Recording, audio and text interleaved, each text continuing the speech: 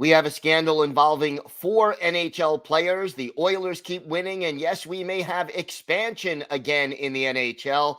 All that, plus our women's hockey spotlight and a busy weekend ahead, coming up on today's Locked On NHL podcast. You're Locked On NHL, your daily podcast on the National Hockey League. Part of the Locked On Podcast Network, your team every day.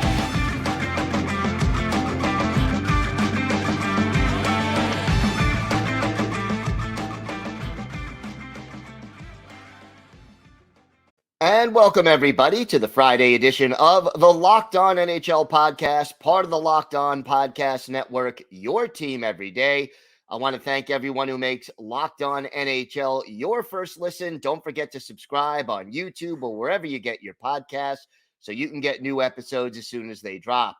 Today's episode is brought to you by FanDuel. Make every moment more. Right now, new customers get $150 in bonus bets guaranteed when you place a $5 bet. Visit FanDuel.com/lockedon to get started.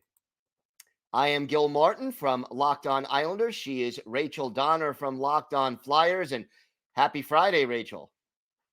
Happy Friday indeed. Or maybe not so happy Friday, given the news this week. Yeah, lots of big news right now. And let's start with the big news.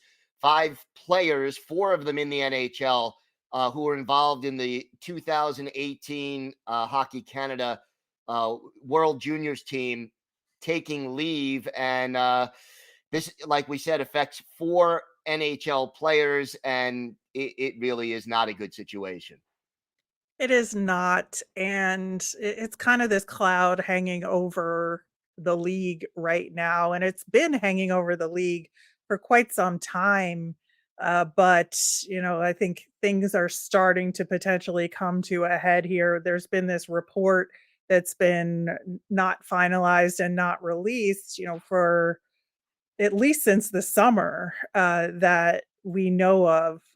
But what we do know is that on Monday, Dylan Dubé was granted a leave of absence from the Flames. On Tuesday, Carter Hart was granted a leave of absence from the Flyers. And then the Devils announced that Michael McLeod and Cal Foote were being put on a leave of absence, and Alex Formenton a leave of absence from his team in Switzerland. And a news report came out in the Globe and Mail in Canada that London police asked 5 players. Of course, we're doing the math here to connect those 5 players, but that 5 players from that World Junior Team Canada to surrender. Everybody's saying no comment at this time, so we cannot make any assumptions or predictions or anything. But what we do know is that all questions are being relayed to the league by all of the teams and everything, and that the London police have announced a press conference to take place on February 5th, presumably to discuss all of this, although they are saying no comment at this time as well. Yeah, so it's all hush hush as to the details right now. But again, it does relate back to an incident in 2018 during the World Juniors, and obviously we will be keeping everybody up to date. The incident took place months afterwards at a celebration, a fundraising banquet in London. But the other thing related to this is that inconveniently or conveniently, depending on your point of view, the press release for potential expansion into Utah was released within 30 minutes of that news report coming out. Was it a squirrel kind of carrot to put out there? We don't know. But the upshot is that Ryan Smith, the majority owner in the Utah Jazz, officially submitted an exploration of expansion notice to the NHL. The NHL has said that they're interested in the market, but it's a long process, and expansion or relocation considerations obviously are, a kind of long, carefully thought out process. Yeah. So, I mean, obviously, I think there was something with the timing there, although we can't prove it, and it remains to be seen. And look, we all know the NHL, they're going to expand because they like the expansion money. So it they're always looking to add teams. What do you think of Utah? I would assume Salt Lake City, and I know you've lived there in the past. Yep. I know they have a very proud minor league hockey tradition. Do you think they could host an NHL team? Yeah, it's interesting because I think what's holding the NFL back from Utah is that members of the majority faith there go to church on Sundays and wouldn't be able to attend an NFL game. But an NHL team, much like having the Utah Jazz and Real Salt Lake there, the schedule is more variable. And they have the building that the Utah Jazz play in that can support it. I attended Olympic ice hockey in that very building in 2002. They would have to do some, renovations to it, of course, but I think that the market can withstand it. I absolutely think so. I learned how to play hockey there. Shout out to West Valley Ice Rink there, County Ice Center. But I think that there is a strong adult recreational hockey presence there. There's a strong youth hockey presence there, and I think that the Stanley Cup visited there a couple of times, and it's just been a lot of excitement. It's a winter sports market in general because of skiing and all of that. So I do think that there is potential there. All right. Well, it's something to keep an eye on. As you mentioned, it's a long process. So I don't think that any team from Salt Lake City will be taking the ice in the next year or two. But certainly something to keep an eye on. And like I said, when in doubt, the NHL will be expanding. It's just a question of when and where. A little bit of other news. The NHL has announced that Montreal Canadiens forward Brendon Gallagher will be having a hearing for his illegal check to the head of Islanders defenseman Adam Pelech in a game on Thursday night. When I first saw this, and obviously since I cover the Islanders for Locked On Islanders, I was watching it live. I was thinking minimum of 3, possibly as high as 5 games for Gallagher. Just this wasn't a hockey play. There was just no reason for this kind of hit. What was your impression after seeing the play? Yeah, I'm honestly surprised it was just a phone hearing and that it's maxing out at the 5-game suspension, because I know he doesn't really have a history, but that's the kind of hit, that was very intentional that you want to keep out of the game. And so to only like cap out at 5 when it was very clear that he went out of his way to lift his elbow up, like I disagree with that decision, that maybe the suspension only ends up at 5 games, but to not even allow for something greater than that before the hearing seems a little short-sighted. Yeah, no question about that. But we'll see, where they come out when all is said and done. Now, the Columbus Blue Jackets, rumors going around, according to Darren Drager, that they would field offers for Patrick Laine and Ivan Provorov. What are your thoughts about that, with those players possibly being available at the trade deadline? Patrick Laine is not a surprise here. He just hasn't really found his place on this team per se. It's been really rough for him, and maybe a new setting will be with a system that fits him in the right place in the lineup, will allow him to be successful. Provorov, I think he's a strong asset, and the way Columbus has played this year, they just might be in selling mode at this point and figure that they have a really strong defensive prospect pool that can withstand this, which they do. So Yeah. I think that that's what's going on there. And just to wrap up this segment with some better news, the Edmonton Oilers now 15 straight wins and 13 straight games allowing 2 or fewer goals. They're 23-3 in their last 26. Unbelievably impressive run right now by the Edmonton Oilers after that slow start. Yeah, it's so impressive. I mean, I both love it and hate it at the same time. Just because, sometimes you want to take a team down a notch when they're doing that well. But when all is said and done, it's an impressive run. We'll see how long it lasts. Yeah, and they're getting it done with good team defense in addition to the usual offense that, this team certainly can provide. All right, we have got a lot more to get to on today's show. Erica L. Ayala will be by with our women's hockey spotlight. We've got all that and a whole lot more still to come on today's Locked On NHL podcast. We're driven by the search for better, but when it comes to hiring, the best way to search for a candidate isn't to search at all. Don't search, match with Indeed. Use Indeed for scheduling, screening, and messaging so you can connect with candidates faster. And Indeed doesn't just help you hire faster. 93% of employers agree Indeed delivers the highest quality matches compared to other job sites. They leverage over 140 million qualifications and preferences every day. Indeed's matching engine is constantly learning from your preferences, so the more you use Indeed, the better it gets.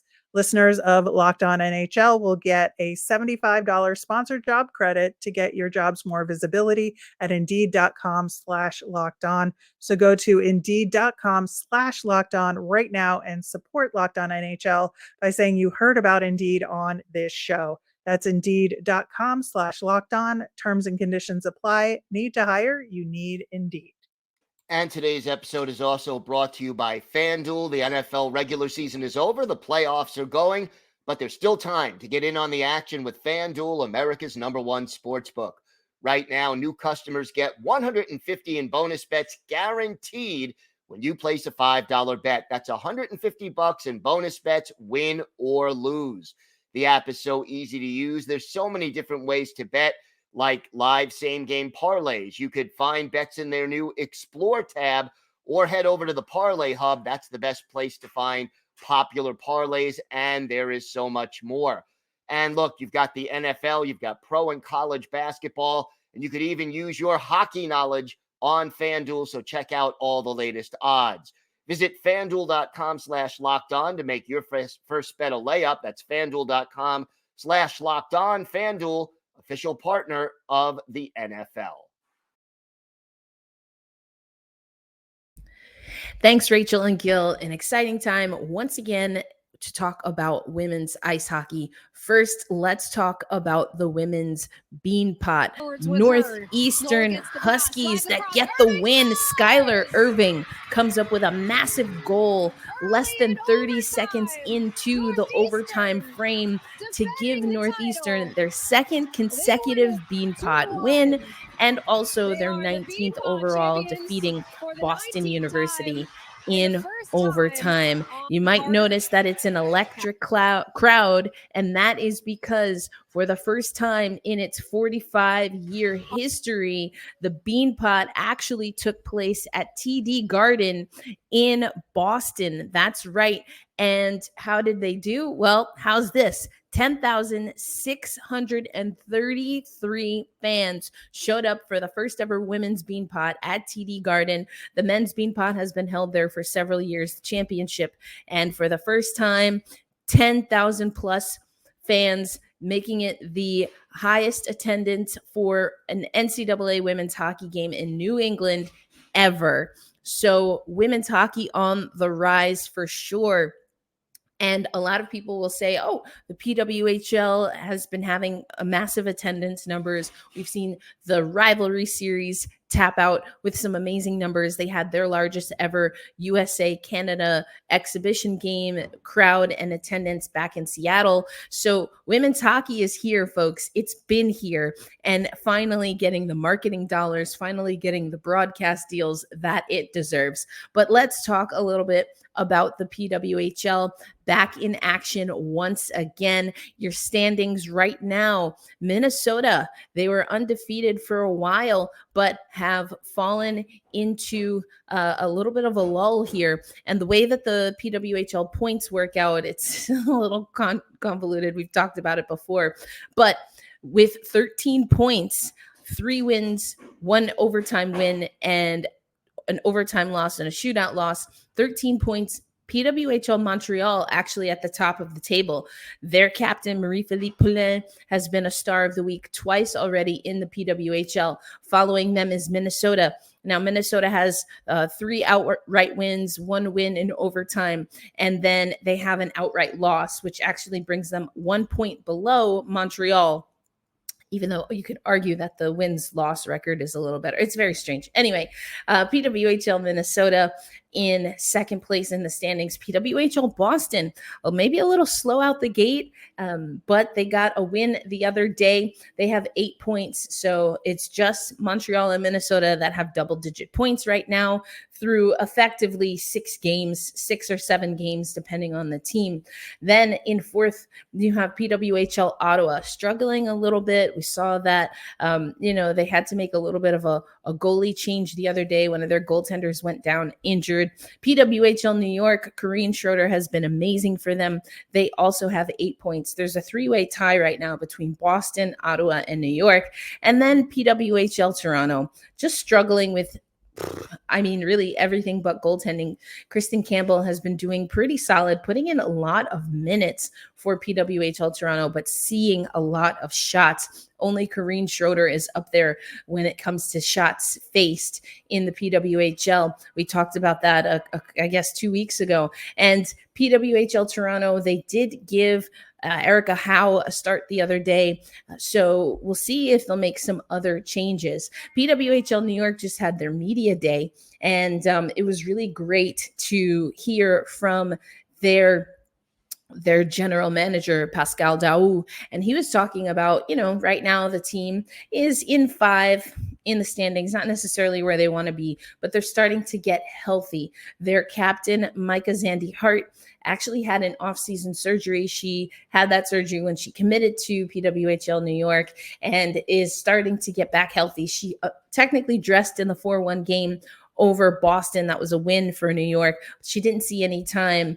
She was supposed to be on the power play unit, but there were no power plays in that game. So we'll see if Micah Zandy-Hart can come back healthy. They've had Jill Saunier, Olympian for Hockey Canada, has been injured and dealing with some things there. Madison Packer had an injury in training camp. She says she's 100%, but it sounds like the PWHL New York coaching staff, Howie Draper, the head coach, and Pascal are trying to take things a little slow when it comes to integrating Madison Packer. Other things that I think are pretty cool when you take a look at the PWHL is that it's a lot of names that if you watch international hockey, you're probably familiar with them, that are leading. So I've mentioned Marie-Philippe Poulin. She leads the league with 6 goals right now. Grace Zumwinkle was an early leader in that, and she's right behind Marie-Philippe Poulin with 5 goals. You also have Alex Carpenter, who leads in points overall. Alex Carpenter playing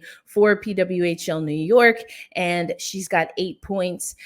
And Marie-Philippe Poulin, 6 goals, but 7 points overall. Ella Shelton also came out the gate pretty hot for PWHL New York. The defender has 7 points. Alina Mueller picked up her first goal the other night for Boston.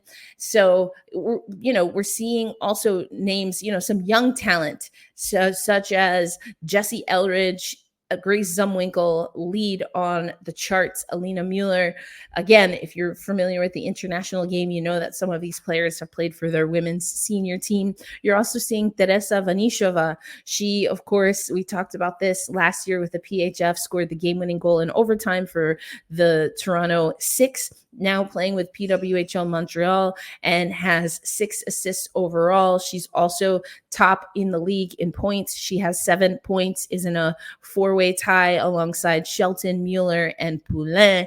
And then when it comes to save percentage, Elaine Chuli, who was the goaltender for the Toronto Six, actually has a .962 save percentage. She got what was her second start the other day for Montreal. You have then Corrine Schroeder, who I mentioned, who was inducted into the 45th Beanpot, or into the 2024 Women Beanpot Hall of Fame. So Corrine Schroeder with a .949 save percentage. And so I love what we're seeing in the PWHL. And this is really honestly what a lot of us who watch the women's game knew that we would see.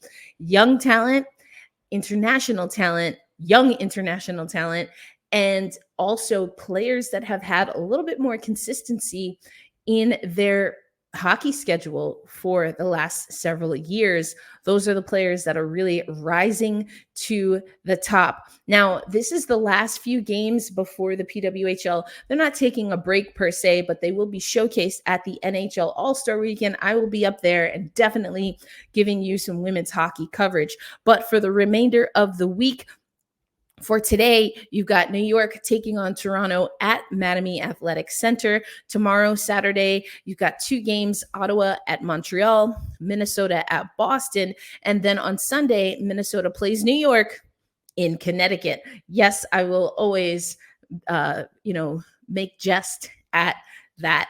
Finally, before we wrap up here, I want to talk a little bit about the USA Hockey roster. We've got another rendition of the rivalry series, the aforementioned rivalry series, and they're going to be playing 2 games in Canada and then 1 in Minnesota. The Minnesota game is going to happen on February 11th. The games in Canada are February 7th at the SaskTel Center in Saskatoon, Saskatchewan.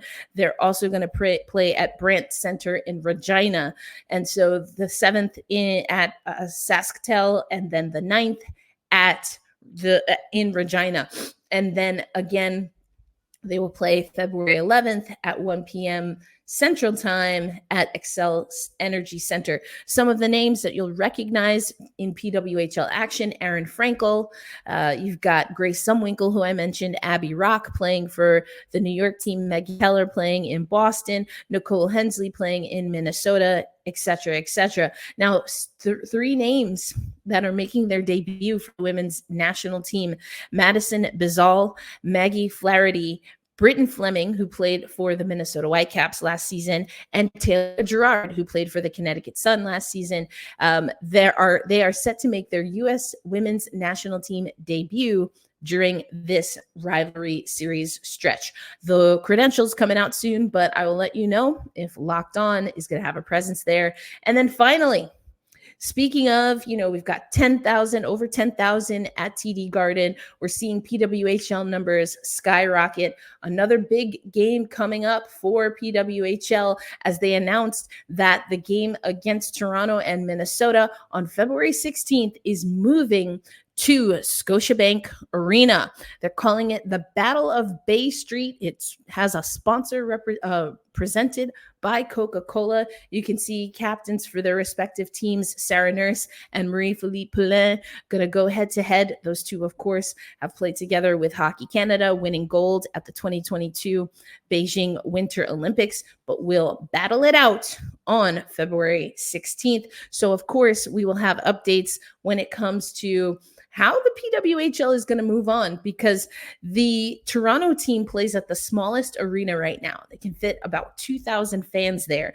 But again, the low numbers on the low side of attendance for the PWHL, at least right now, we're still seeing like that 3,000, really 3,000 to 5,000 range and beyond. So I am very curious to see if this is a way to whet the appetite, if you will, for the Toronto area and maybe move PWHL Toronto to Scotiabank Arena on a more permanent basis, or at least give them more games like we see with other teams. That's our women's hockey spotlight for today. Erica L. Ayala here. I will be bringing you a lot more. So make sure you're following Locked On NHL, subscribe to the channel, because I'm going to be hosting little mini series on YouTube Shorts, giving you the PWHL Stars of the Week and other updates more consistently than just our bi-weekly women's hockey chats. But that's all for me for now. If you want to listen to more of my analysis, head over to Locked On Kraken. Until next Women's Hockey Spotlight, Erica L. Ayala out. Let me send you back over to Rachel and Gil.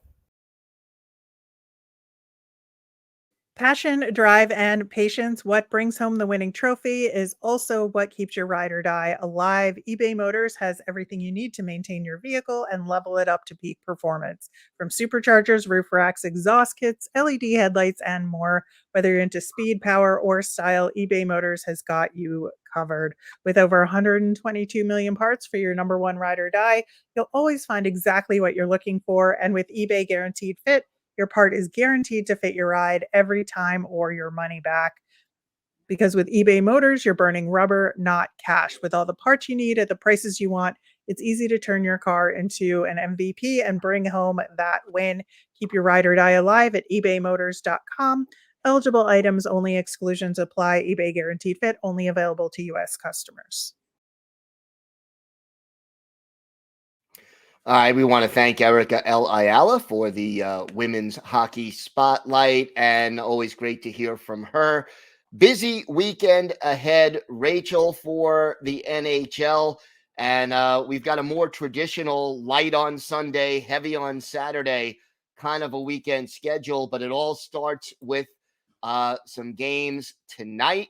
4 games to be exact, and to me, the big one right off the bat, and these are all good games.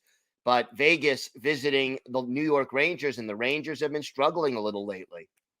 Yeah, they are coming back down to earth a little bit. I actually got to see them in person recently. Not consistent the way they were earlier in the season. And so I think, and with the Senators, it's like when they're good, they're really good. And when they're bad, they are dreadful. It's so we'll see which Senators team decides to show up here. Should be interesting to see. Florida visiting the Pittsburgh Penguins in a battle between 2 solid Eastern Conference teams. And I should say the Senators is who the Rangers are playing on Saturday. Yes. They're playing Vegas on Friday. I think that all of these games, I think on Friday are real good. Penguins are trying to climb their way up. The Panthers are playing real well. So really excited for that one.